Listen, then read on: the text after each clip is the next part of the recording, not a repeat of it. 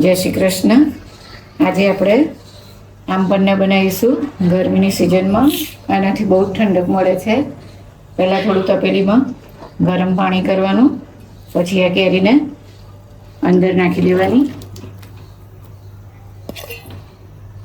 પછી એના 10 મિનિટ ઉકાળવાની.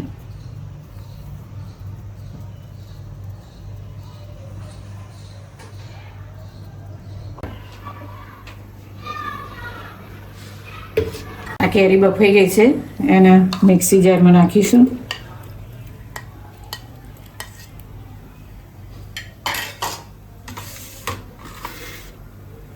પછી એમાં 1 ચમચી મીઠું, ફુદીનો, 1 વાડકી ફુદીનો નાખ્યો, પછી ચપટીક મરી પાવડર, આ શેકેલું જીરું,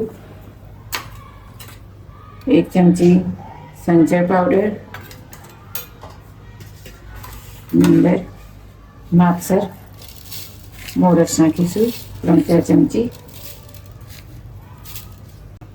પછી થોડું ઠંડુ પાણી રેડીશું અંદર.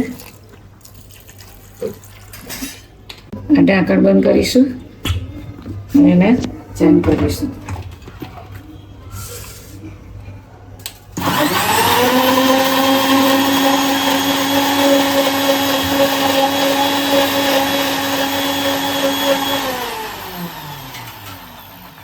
આપણું આમ પન્ના તૈયાર થઈ ગયું છે.